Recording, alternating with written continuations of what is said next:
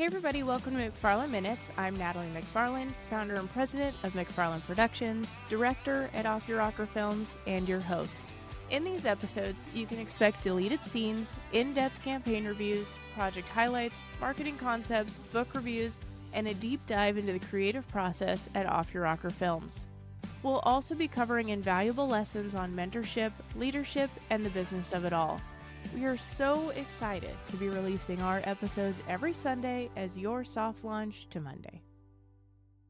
Hey everybody, welcome to episode 1 of 2026. Man, we have been at this podcast for pushing a year. I think we actually did our first one in March, so we're not quite there, but we're calling 2026, the start of 2026, season 2. So season 2, episode 1. I've yet to do one of these solo. And that I think is primarily because we have so many great conversations between, our internal employees and myself, and maybe between all of us, and some awesome guests over the last year. But I wanted to take today to kind of just reflect on, it being the first episode of the year. It's a little bit like another New Year's, a little bit, at least in the podcast world. I'm actually recording this on the 3rd and it comes out on the 4th.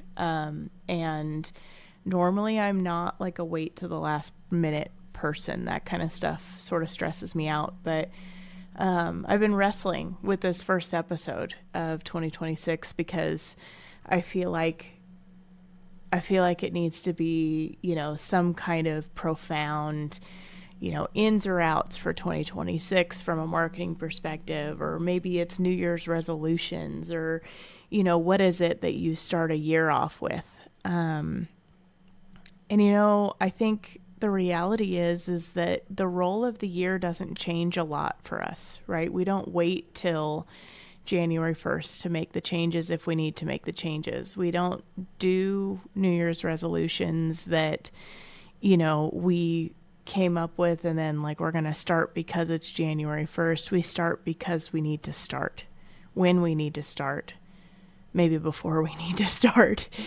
And I think that's really where I want to go today. Talking about the last, technically 18, this would be my 18th year in business if you count the freelancing years, or let's see, it would be our 12th year in business as McFarland Productions and Off Your Rocker Films. And that's a while, but we're also barely getting started. I feel like 18 years, I can say that I've careered it right at this point. But it's interesting. I think really where I'm going today is that there are things in business that will either make you successful or not successful. And I think if you're somebody who's thinking about going in business, or is thinking about or reaching towards a leadership goal, particularly like CEO, COO, CMO, something like that, particularly CEO. If you want to be in ownership, like I said, if you are in ownership, hopefully this will resonate. But I think something you should think about is, are you willing to move? And I don't mean move your house. I don't mean move locations. I don't mean any of that. I mean, are you willing to do something?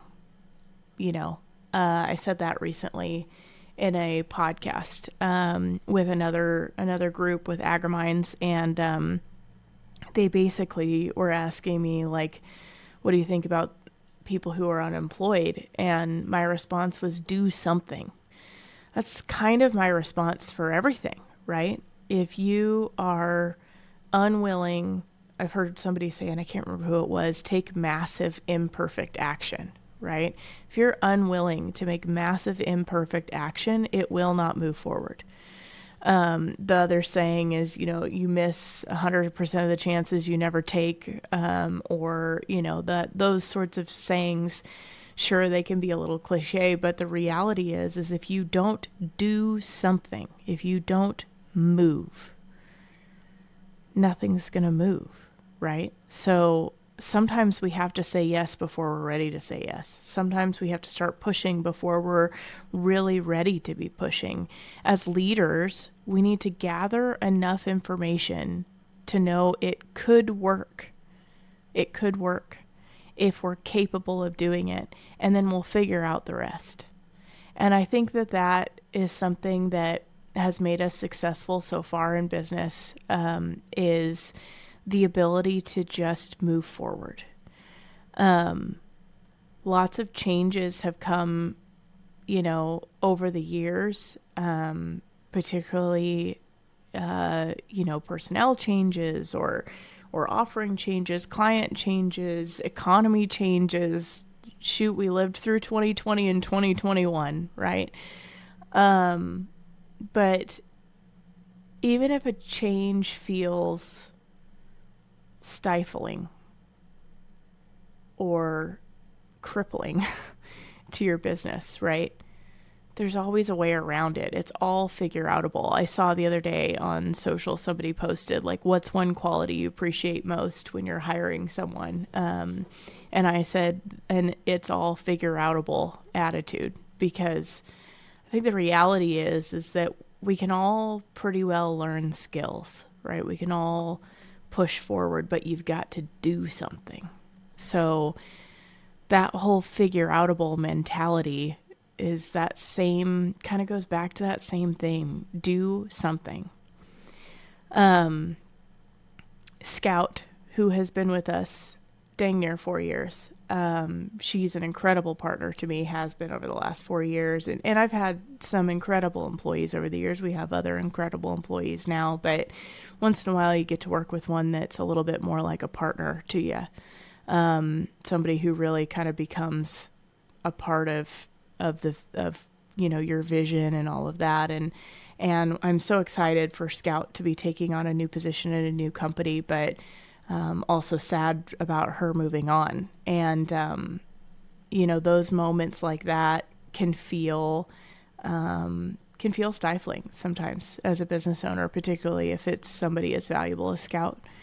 And the reality is, she's got an opportunity that I can't offer, at this point in time. But, I think that she's going to do well. I know she'll do well, in whatever position, but the reality of that is, okay, sure, take a moment, step back, reevaluate, figure out what you need to do, maybe even be upset about it for a couple of days, right? But then when you come out of that, don't give yourself weeks, give yourself hours or days. And then as an owner, as a leader, you've got to move forward. What's next, right? So we are hiring for that position, actually, if you're watching this. But something that I did, earlier this week that a boss mentor had done for me was really kind of put into words what an individual who has been valuable to the company for multiple years really means to that company. And being able to celebrate, what they've done, is a good way to send them off. So I wrote a letter, but that's kind of an aside to the point. The point of that is talking about my previous mentor, Mark Sheldon at Romtech Utilities in Romtech. Was my boss for quite a few years. I was a lead project manager. When I left, I came on originally as, I think it was post-production assistant or something like that. Very entry level, clerical kind of backup plan kind of position. And then grew through the company. I actually worked in several different locations, did a lot of training, implemented softwares like project management softwares, then implemented standard operating procedures for those. I filled a lot of shoes as we had holes in the team over the years. But then there was two moments that I kind of want to talk about here. One was, I think I had only been there 3-4 days, something like that. And, you're still just trying to figure out, I don't even know everybody's names yet, really. Right. I'm still working on that. And, I get pulled in the conference room. I was hired by the VP of marketing, sales and operations, but I was working under the, I don't remember what his title was at the time, but it was like purchasing manager and post-sales coordinator. He held like both titles, and I was working under him as an assistant. So the boss of my boss, the VP of sales, marketing, operations, who was the one that hired me, Mark, pulls me into the conference room, and I've never met a person, and this is something that I strive to be as a leader, as a boss, as an employer, is just to have like a level of understanding of a person in such a short amount of time. He basically like said, I don't know you that well, but, and then he went into describing, who I am as a person and like probably back experiences, and made a lot of speculations about me. And I think 99.9% of them were correct. And I did not know this guy I only knew him the few days that I had worked there, right? So the fact that he basically like read me my own biography in such a short amount of time was pretty incredible. That takes a pretty astute leader, somebody who's really paying attention to understand people at that level. But he said something to me that day that has stuck with me ever since. And remember, this was only 3-4 days into my employment. He goes, you know what? I can tell when a person's going to be successful by 3 things, and you've got those. And I said, okay, what are those 3 things? And he said, and I'll show you attitude. And what he did is he explained, he said, when somebody tells you no, you basically says, yeah, I'll show you. Right. And not like with a chip on your shoulder, but like, it is possible. Right. Like, don't tell me it's impossible, because it is possible. I know it is. Absolute blind ambition, was the second thing. And blind ambition, is just putting the blinders on, focus on a thing, hammer at the thing, get good at the thing, be the guy for the thing, right? And just blind ambition towards the big goal, the big picture, right? And fear of failure, actually. And I think this one is interesting to me as a third one, because there is so much content on social media that's like, don't be afraid to fail. Failure is a lesson. Whatever. Failure is not a bad thing. And I actually disagree, I think. Sure, failure can be an opportunity to learn, absolutely. And when you do fail, you should utilize it as an opportunity to learn and push forward. But if you don't have a healthy relationship with the fear of failure, right, where you are afraid to fail, you are going to lose your drive.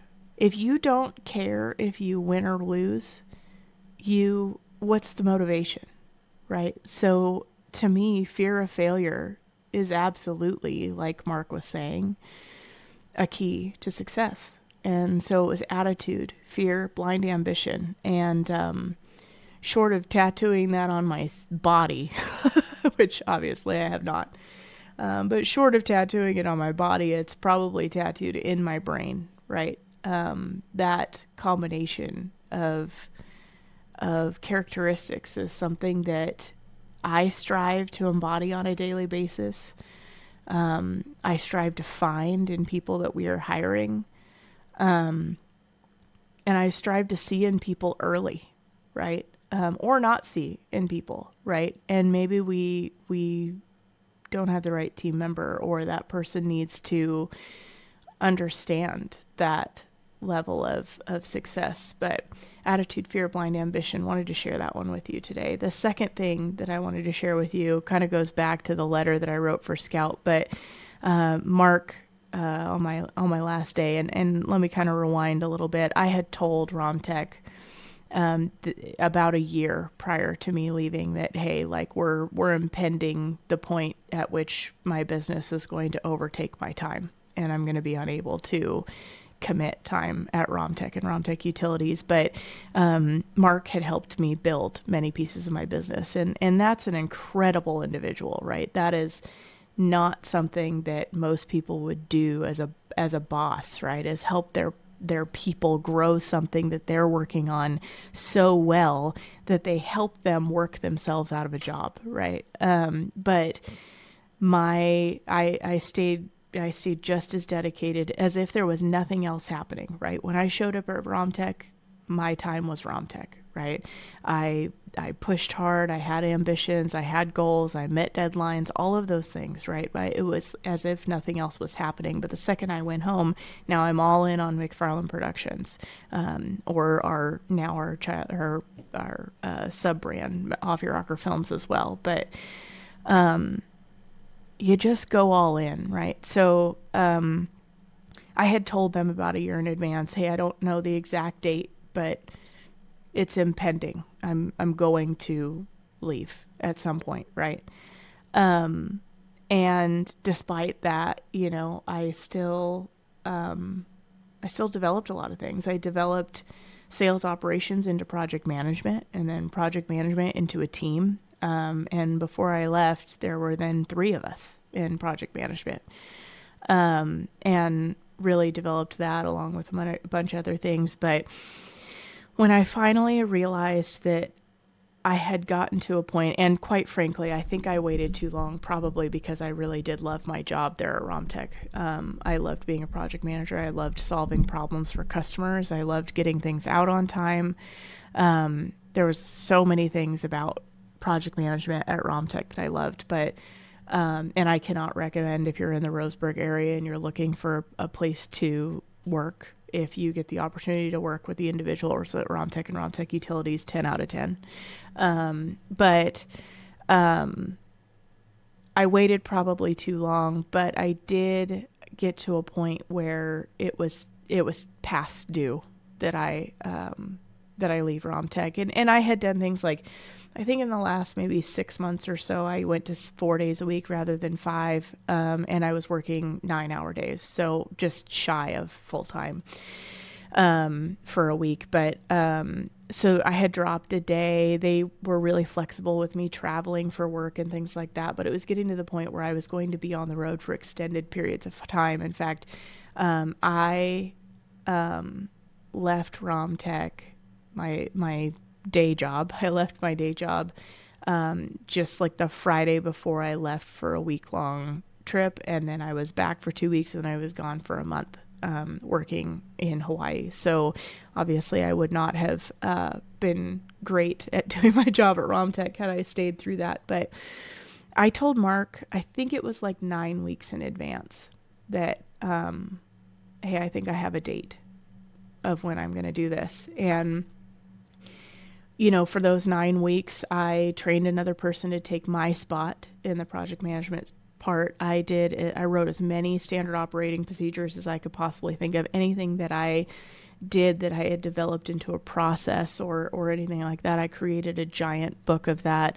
I created what was called, well, I had always had, but I kind of formalized up the Book of All Knowing, which we actually have one of those for us, but that just kind of held the keys to the castle, as far as being able to do the job, a really good resource book for that position and really all positions. The number of times that I got fun texts from past coworkers, or if I was out of the office or whatever, and they're like, hey, where's the book?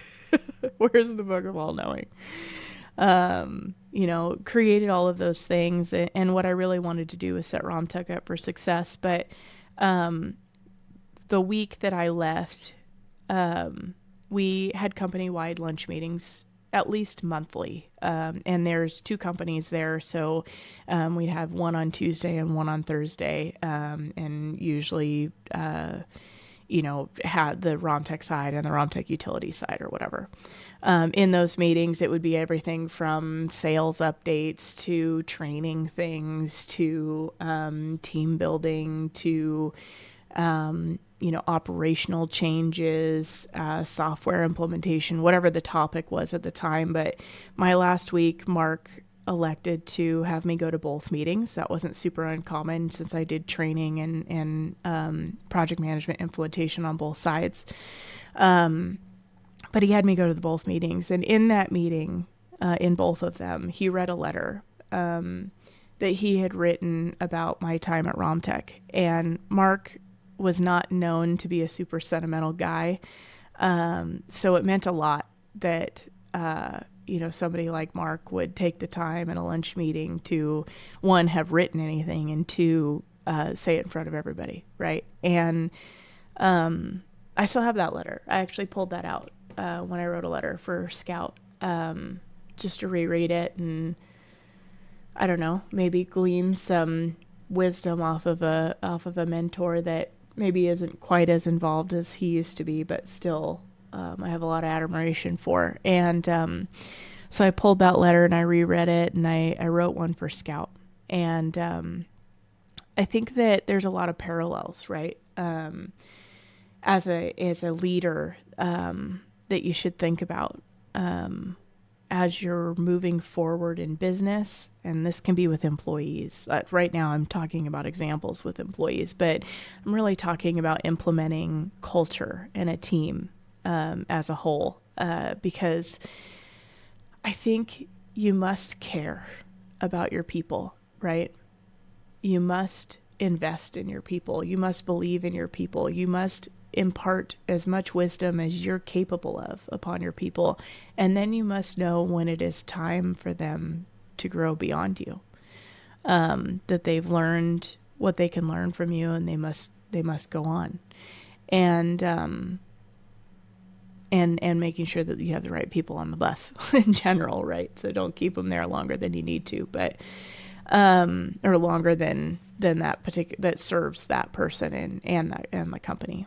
But I think really where I'm going with this is that 2026, it's always been a goal of mine, but in 2026, as a leader, as a business owner, as an operational strategist, really trying to make business work, I want to continue investing in people, because there's no way that McFarland Productions happens without this team. My face ends up on a lot of things since I'm the founder, right? But man, this team is the one that really pulls it together.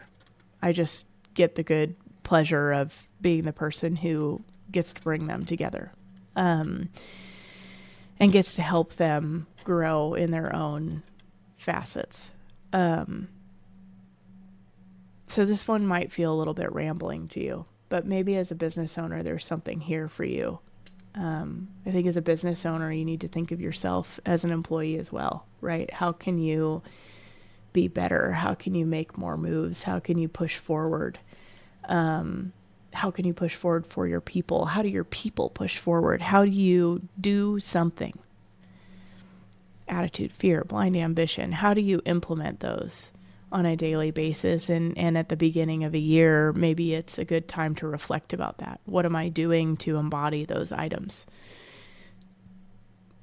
I think that there's a lot on social media, right now. And it's really been bugging me, actually, the last couple of days to scroll through my feed and just see another one of those reels that's like, instead of watching Netflix tonight, go to ChatGPT, make a digital downloadable product and post it and make $3,000 tomorrow.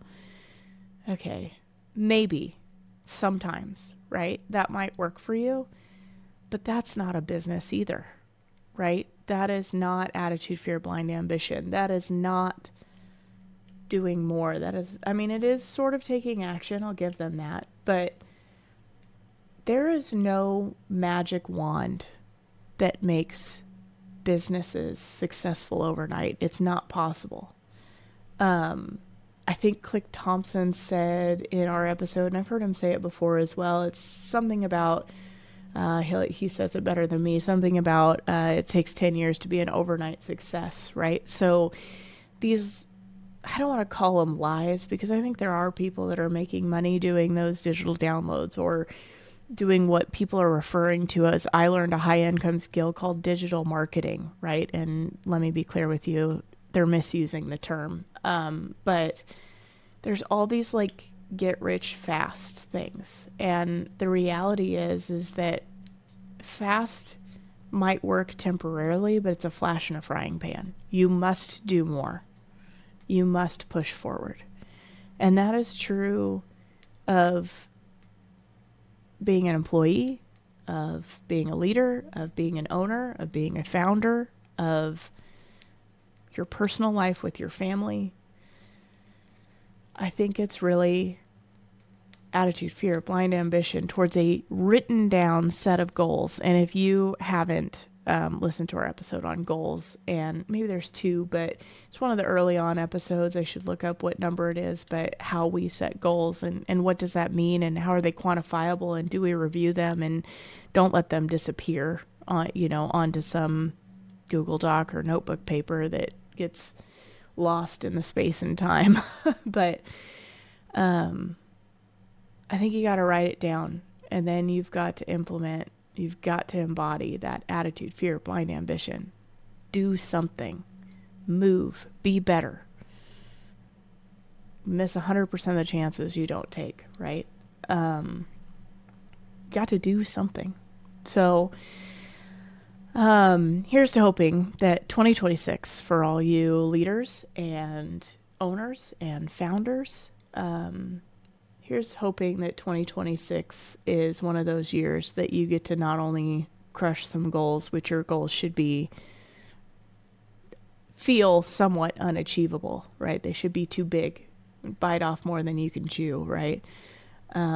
Here's to hoping that you achieve those goals, and that you're able to be inspired by the people around you, whether they're people who work for you or people who mentor you, and that you're able to implement that attitude, fear, blind ambition. So anyway, short one with this week, but hopefully that helps. We might do a few more of these solo episodes over time. So let me know what you think. If you've got topics that you want to hear from my perspective as a founder, as a owner, as a marketing agency, creative agency, or film production company, whatever, if there's specific topics that you're like, man, I really wish you would talk about that in 2026, just let me know. I'd like to do that. We've got some really, really great guests, podcasts that are going to come up here in 2026 as well. I've got 3 lined up that I think are going to be ones that you're like here coming up. But as always, thank you. Hopefully this is a good soft launch to your first full week of 2026.